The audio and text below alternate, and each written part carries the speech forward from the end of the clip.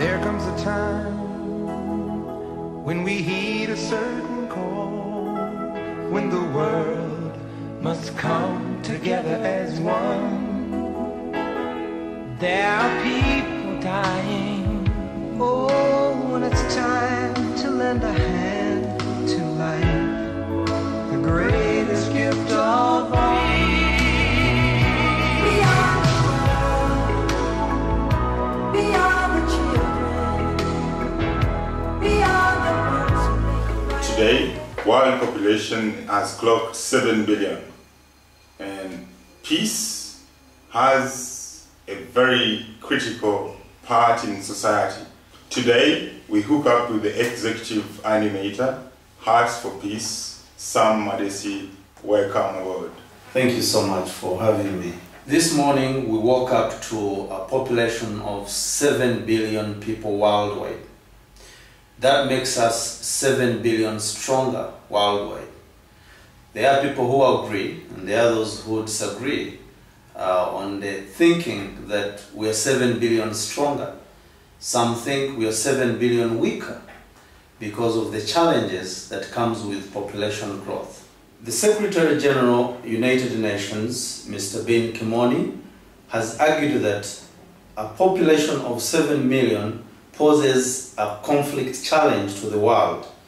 And I beg to agree with the Secretary General because of so many challenges that the uncontrolled population growth comes with.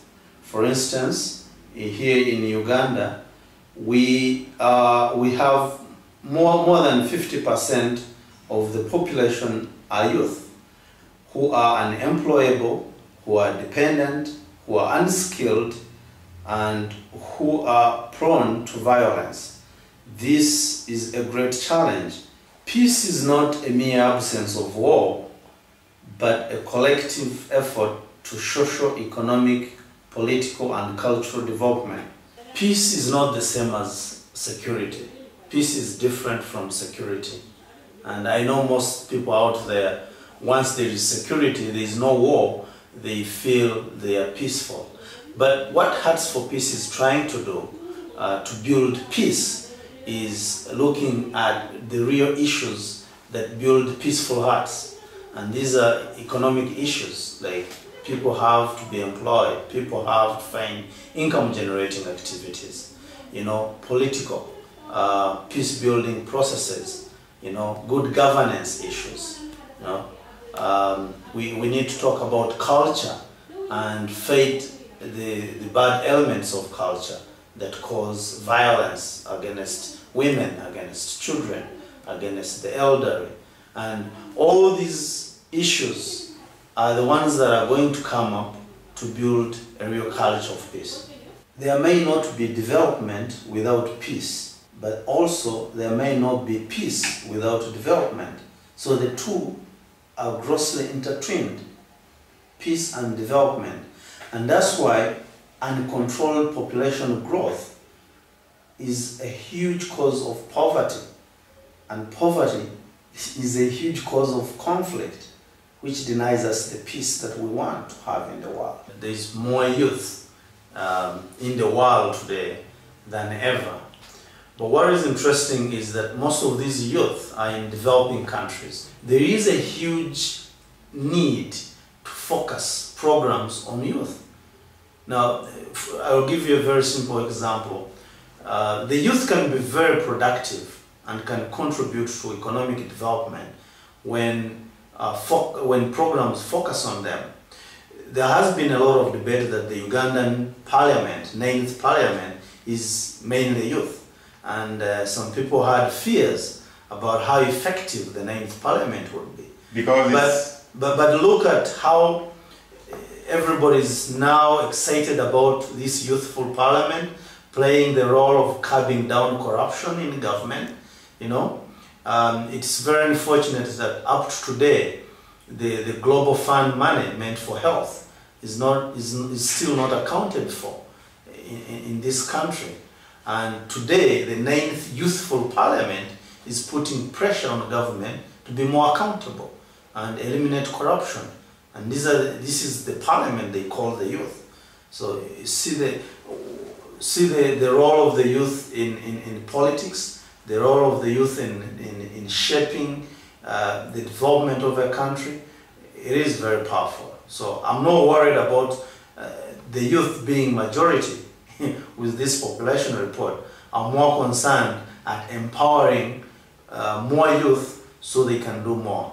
There is a lot that peace can do in handling this emerging population.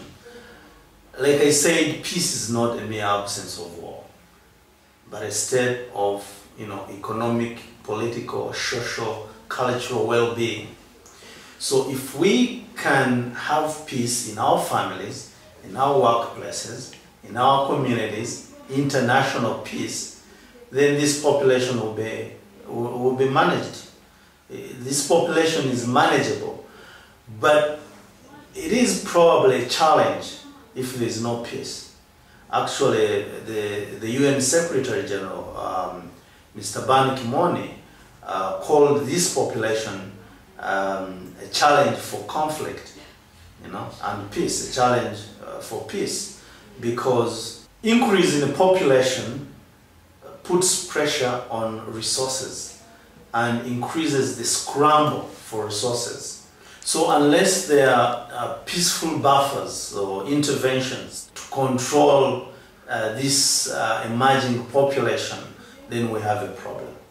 As the population continues to grow worldwide, Hearts for Peace calls upon governments, civil society organizations, and the private sector to partner with us in planning for this growing population, and more especially coming up with developmental programs that will not put pressure on scarce resources and reduce violence in families, in workplaces, in communities, and build a peaceful world that we all want to live in.